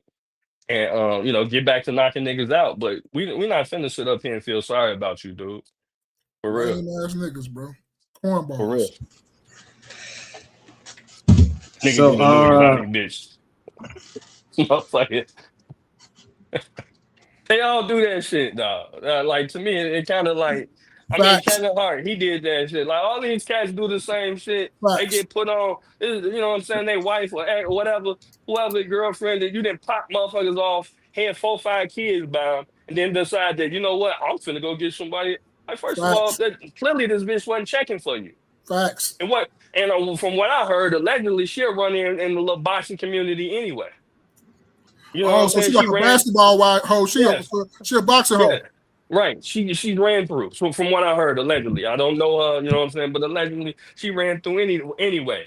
So this nigga, the reason why he punched with so much frustration because this bitch got is ran through. You know what I mean? You mad? go This ahead, is what this keep is. going, I'm keep just going. saying, you mad because this is why he punched with so much frustration because everybody didn't hit the bitch. You know what I mean? What you mad for? This is who you chose, dude. And then Hey, I again, just said that. I keep saying like, bro, you left your wife with 4 kids and said, well, I'm finna go start raising somebody else's kid. That's the shit TK Kirkland was talking about. Nigga, you got to be mental. You got to be mental to do some shit like that, boy. You got 4. I can understand like you had none, nigga. Nigga, you got 4. Got here. I ain't trying to hear that. Goofball.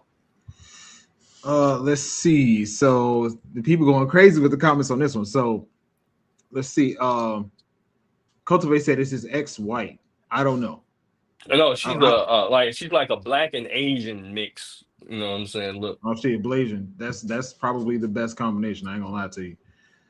If you're gonna go interracial. But Cultivate says so it's safe to say he took the title of Captain Saver.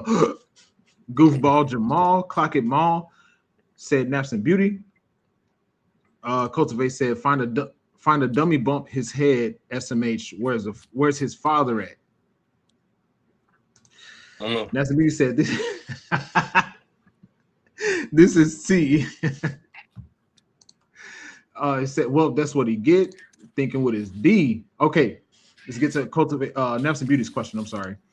Always with the amazing questions. Always with amazing questions. She said, do you all think once certain men get some kind of status, they go dipping into other ponds rather than stay at home? What do y'all think? No, you got to answer first. You can go to that question. You got to answer this first. You got to. Well, you gonna just skip over this? What are my thoughts on his situation? Yeah. I'm not sorry for him whatsoever. I think he's absolutely ridiculous and stupid in his approach and everything. I think it doesn't get lower than a man asking his natural born children to step aside in their benefits in life to make the benefits of him available to another woman's children that he's not married to. Step aside, not be also be a beneficiary of. Step aside, meaning if something happens to you, then you might not be the beneficiary. You may find some sort of difficulty with your health or whatever it is that comes with those benefits. What has this woman done for you, bro? What has she done besides be the try to attach herself to your success after you became successful? And then, like Cultivate said, why talk down on her because she's CNA? You know, she wiped A when you met her. Well, to that degree, based upon how he presented the situation, it was like she's not making a lot of money. I'm making a lot of money, so I can make up for whatever it is that she needs. But at the end of it all, you men in the industry who make these have 2 commas in your yearly income are freaking idiots.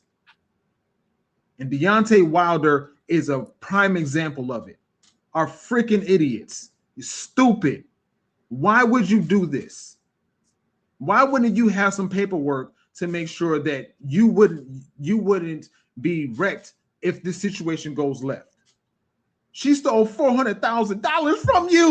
What are you talking about? Talk about she stole one of my child's. Oh, I'm sorry, she killed one of my child's. Yeah, he irritated me with that. Do you even have a grade level education, bro? What is child's? I get irritated. Freaking idiot, bro. I don't feel. Listen, in one hand, it's like I always feel sorry for somebody who is getting hit in the pockets for $400K. At the same time, if you make some, what has she done for you to make you think that her children by another man are worth your benefits? Help me understand that, bro. And don't get me wrong, she's not an ugly girl. Hold on, I actually pulled up a see, there go the problem right there. There go the problem right there. There go the problem right there. We talking about how she looked. Fuck how she looked. I understand how she looked. But his ex-wife wasn't even an ugly lady, you know what I mean? She looked like she built.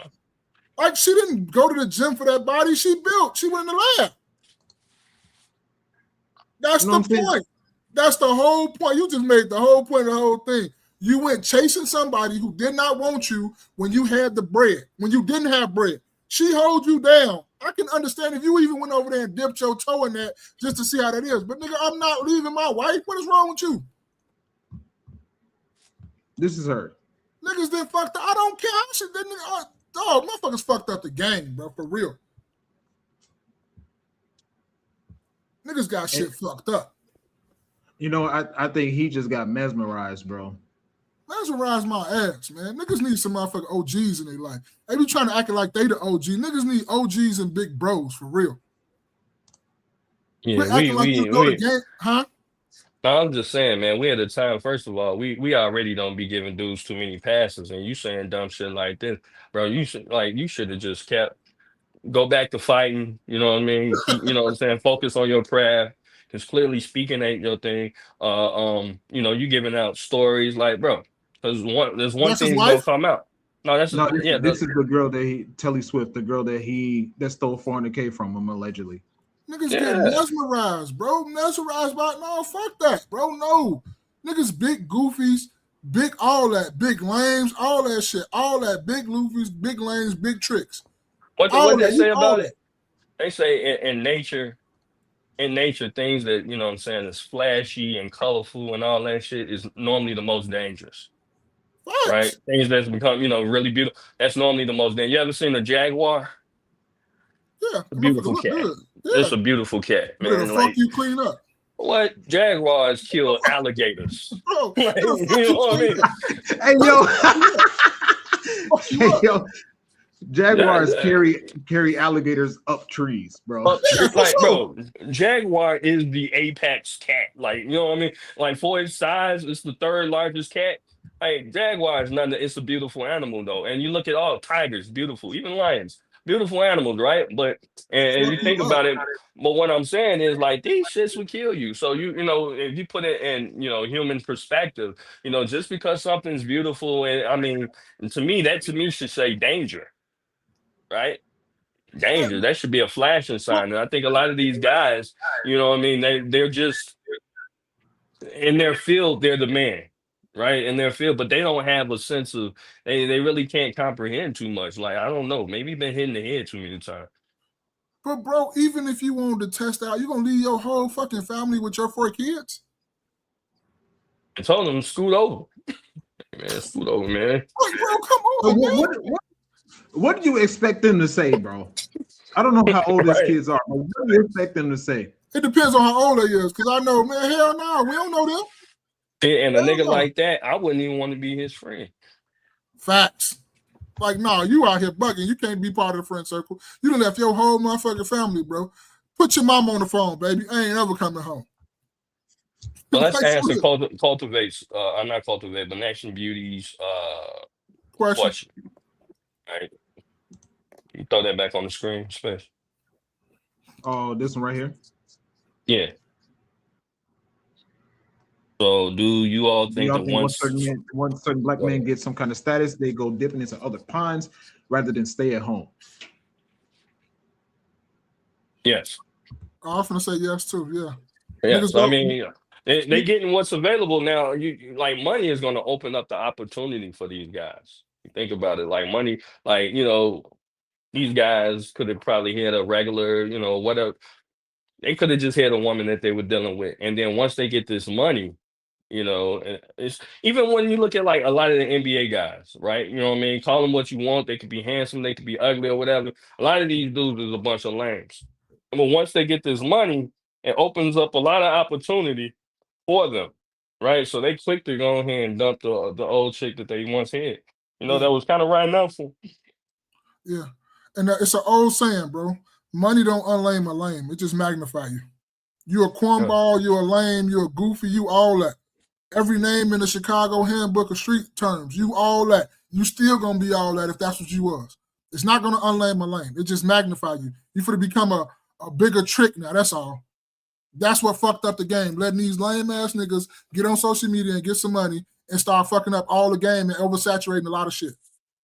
And yes, to naps and beauties, yes, they do. Because they ain't never had nobody or had no OGs and no men in their life to tell them, like, no, that's not how you move. You don't do that. No, you don't do that neither.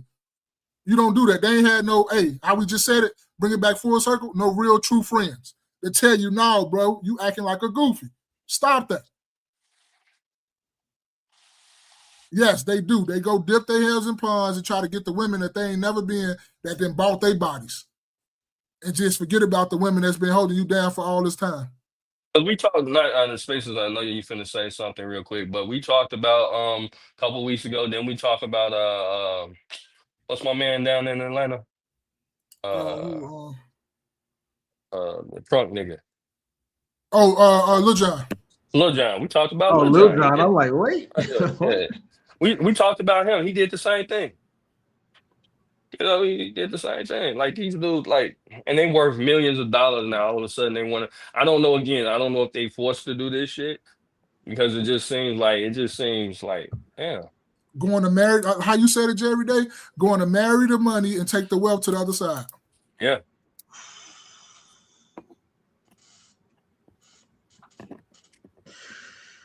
Sheesh, man. But to answer Nasty Beauty's question, what I also think about when answering that question is what we were talking about, the physical features of, and I'll keep this quick because I know you said you got to go at 4. So the men that the women that a lot of rich men go for, right? And we were saying that they all look alike or look very, very similar. I was thinking about that conversation afterwards, and I was thinking like black women do the same thing as far as physical features. Look at Nicki Minaj. Mm-hmm. Look at SZA. Look at freaking. He talking about get their bodies done. Yeah. Oh, okay. Look at Summer Walker. Look at man, and there is a particular physical stereotype that they all tend to live up to. So I was thinking like, in one hand, from a physical standpoint, I don't think that has a particular skin color. Whereas, in order for a man to reach a certain level in his career, in his entertainment career, I can't help but to see the correlation because the only two people that I think about that are three. The only three people that I think of that are married and big names in entertainment are LeBron James. Oh my goodness, I just had their names. LeBron James, Denzel, and it was one other person. Is Samuel L. Jackson too? One of them, or Tyler Angela Perry. Bassett? Who? Tyler You said Perry? Tyler Perry? He married. Yeah. Oh, I almost said my bad. So that's Samuel. Is it Samuel? Is it? Maul, send that the mesh you send that to the IG so I can pull it up real quick. Okay. You want to go with this mass shooting, then the mesh? You can do that mass shooting every day. What are you talking about? And then the mesh? Y'all said y'all got to go, so I mean we can just keep that for next we can week. do that next time. Yeah. All right, then. There's the mass shooting in the East Coast, Brown University. Okay, because it was a mass shooting at Brown University, I guess. But all right. Cultivate said let me go back. Yeah, Mel Gibson did the same thing to his wife. Cultivate also said absolutely they go scuba diving in other ponds. That's in beauty. She must, huh? I sent it. Go ahead. All right, cool. She must know how to do the horizontal dance quite well. Cultivate said, I know a cat who left his two young. Actually, I want to pull this up. Speaking of, let me do this while we were talking about it. Leopard. Look at this. It's just in this freaking thing's mouth. See the amazing power of leopard carrying the wild beast and so powerful leopard. And I'm gonna say that's a leopard. That ain't even no jaguar. But jaguar is bigger than leopard. Jaguar fuck a leopard up. But no, you say that one and the Komodo dragon. Bro, I always think about the Komodo dragon. That's one of the ones you'll fuck with either, boy. That Komodo dragon. Yeah, but them is ugly in real life. We talking about pretty. If you see a Komodo dragon, nigga, that mean run. That's ugly. It's like seeing Freddy Krueger. Like, nigga, I know I'm gonna see this. You know what I'm saying? You see a jaguar, nigga might be in. Not me, but motherfucker might want to pet it. You know, depending on your white person. Wild, if you see a jaguar, you want to pet it. You're not trying to get into. No, you bugging. Right. And you know what I was also thinking about, like while you guys were talking, I also pulled this up.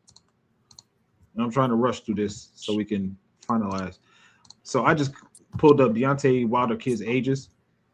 It said number of children reports vary, with some mentioning 8 kids in early 2020 and others 5 children, 3 boys, 2 girls, and by late 2021. Bro, yeah, 8 kids. Bro. Deontay Wilder, you ain't got no room for nothing else. Bro, I don't even want to entertain this conversation with you, bro. You got 5 to 8 kids and they married. I don't know, maybe he's married and divorced. I don't know that. But you got 5 to 8 kids that aren't currently married, and you talking about moving your kids to the side for some other woman's children? Are you, bro, man? You about to make me, bro. What you finna do, Space? Bro, I'm about to freak out, bro. I don't know how loud I sound to y'all, but I'm about to freak out, bro. Like, for real. You know, bro, you are the bro. Stop playing with this conversation, bro. You deserve it. Being stupid. You should be focusing on your kids. You should be signing yourself and aligning yourself with one woman. And if you have children with her, that's cool. But you have children, 5 to 8 children to worry about already while you're trying to put your kids to the side to worry about some other woman's children that you're not even married to. What are we talking about, man? Oh, this is Space's rant. This is Space's rant. These types of dudes, bro. Say niggas. It's better. See, this is the problem. You don't know how. You gotta say niggas. I can't stand these type of niggas. Oh, see, we could have went viral if Spaces would have just said that. I can't stand these type of dudes. No, these is niggas. Oh shit! Oh my god! Hey, he ain't lying though. You gotta say nigga at that. That's not a dude. That's a nigga. Yeah, Morgan Chestnut, another one. He been married to his wife for a long time. Yeah, cultivate. Yeah, I never speak on absolutes. I speak on majorities. So, facts. You're absolutely right. Not all. Okay, so I'm just pulling this up. We're gonna close it out today because you said you sent it to the IG. Oh shit! I sent it to the group chat. Hey, well, we can go real quick while we waiting on that. Jerry Day, what's going on for not for the new year, but what you looking forward to for next year and all that stuff? What you trying to do?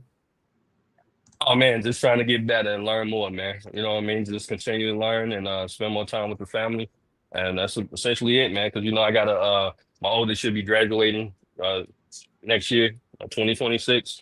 So Okay, we okay. yeah, we focusing on that, man. We focusing on college and stuff like that. So that's kind of where my mindset is going. And then I have my son, my only boy. He's going in the 8th grade. So we just we just moving. Kids getting older, we getting older, Yeah. we getting wiser. Spaces, what you looking like? What you feeling for the new year? My number one goal for 2026 is one. I made the goal to never make like New Year's resolutions or anything. I guess you could say goal. I think that's a better term. But to get us to 10 to 20K. Damn. Aiming for 10 to 20K for 26. I'm rearranging certain things and making it work, man, because even though this year we had the most growth that we've had in all of the years that we've been going, still could be better. You know what I mean? So I appreciate everyone for subscribing and joining in the conversation and all the people in the comments. My goal was for us to basically get an equivalent to 1 subscriber a day, so 365. But we essentially grew 250, so a little bit short, but I'm greatly appreciative. My goal is for sure is for us to get to 10 to 20K for 2026. At the very, very, very least, 4 digits in subscribers. That's what's up. I just sent it to the IG. I'm gonna go ahead and get mine while you pull that up. I'm on the same sentiment of Jerry Day and a little bit of Spaces too. I just want to grow and get better, man. My New Year's resolution for every year, no matter what, make more money than I made last year, be a better person, a better friend, a better brother, a better husband, a better everything to everybody around me, and just be, gracious and take everything as a lesson and just take this life called journey. Just take it, take it. Because people don't be, we don't be grateful of the life we got.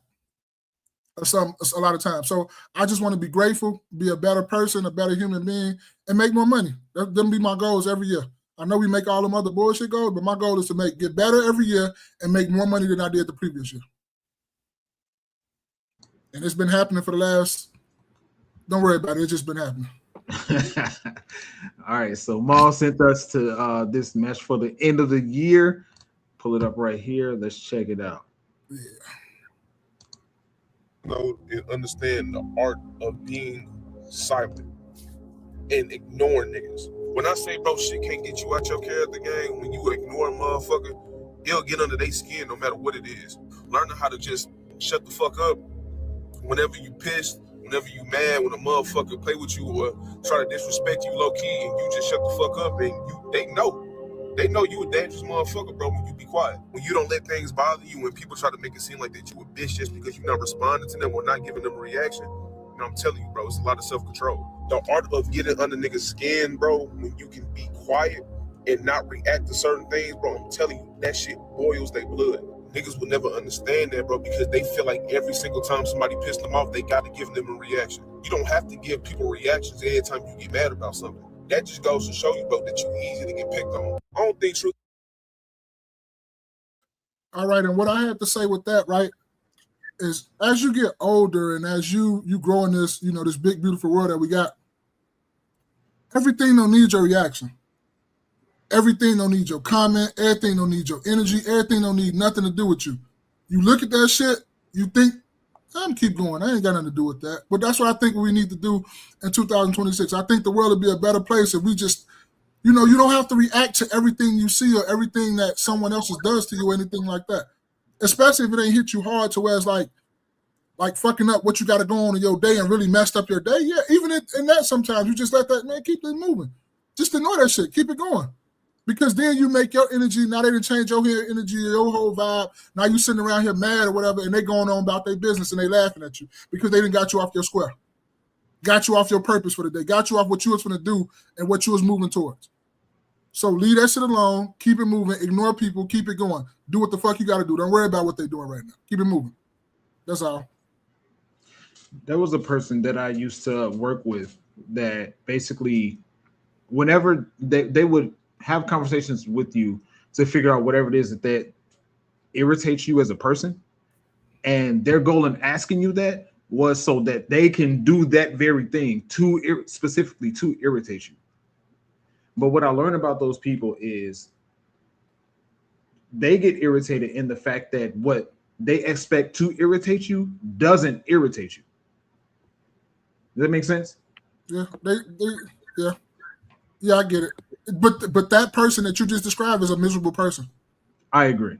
They were a miserable person. Total miserable person that ain't got nothing going on, nothing whatsoever. I was looking at Jay every day. I didn't know you was dressed up like that, bro. Oh, you got a nice Carnegie. No, yeah. That's a Carnegie, right? No, it's just a hoodie. Oh, okay. But it's a button-up hoodie, man. It's pretty nice though. It's fancy. Not really dressed up. He said it's fancy. Well, I appreciate you, man. Thank you for that. I'll take the compliment.